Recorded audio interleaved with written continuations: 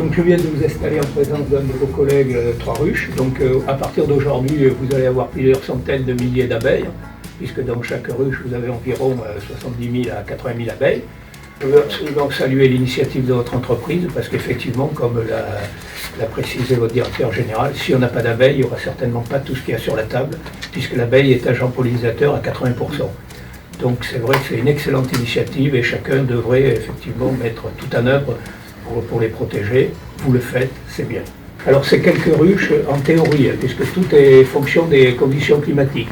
J'arrive au moment de la floraison des acacias. Si les conditions climatiques le permettent, la hausse qui est déjà en place, où il y a déjà un peu de miel, devrait se remplir à la vitesse grand V, puisqu'il y a des populations suffisantes. Donc déjà aujourd'hui, vous allez peut-être faire attention de ne pas trop tourner autour, parce qu'il faut qu'elles prennent leur repère. Ceci dit, si le temps n'est pas de la partie, le problème, il n'y aura pas de miel. Et compte tenu des populations qu'il y a dans les ruches, moi je serais amené peut-être à leur apporter un nourrissement complémentaire. Néanmoins, en 2018, les acacias ont conséquemment donné, donc on a fait de bonnes récoltes. En 2017, rien du tout, parce qu'il a gelé, et si la fleur gèle, elle souffre et elle ne peut pas nectarifier. On va être formé sur l'entretien des ruches, que bien évidemment on fera nous-mêmes. Donc on a 3 tenues. Je vous accompagnerai. Voilà, 3 tenues d'apiculteurs.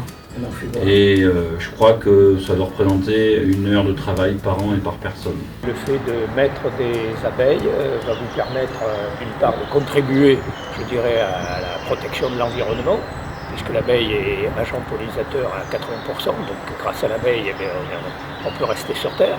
Et ça va vous permettre également d'avoir, je l'ose l'espérer, une récolte de miel, et de miel d'acacia en particulier, puisque la floraison de l'acacia va démarrer. Théoriquement, à partir du mi-juin, vous devriez pouvoir sucrer votre tisane avec votre miel, et ce que je vous conseille vivement d'ailleurs. Il vaut mieux utiliser le miel que tout autre, que les sucres saccharose ou autre. C'est bien plus bénéfique pour la santé.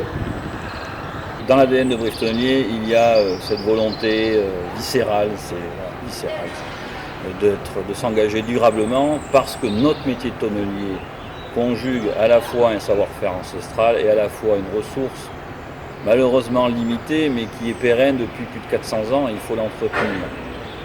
Et à travers notre engagement dans ce petit modeste rucher, on veut contribuer à l'épanouissement des générations futures. C'est un projet collectif, collaboratif et participatif.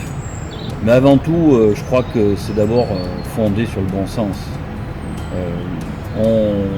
Dans le management quotidien, trop souvent on est dans des données, souvent structurées et chiffrées, dans du feu rouge, feu orange, feu vert.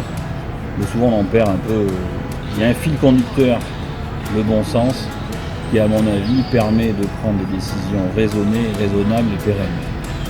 Et donc le participatif et collectif, c'est primordial, surtout dans nos entreprises, avec un savoir-faire ancestral qu'il faut remobiliser, donc former, pérenniser, accompagner, c'est inévitable.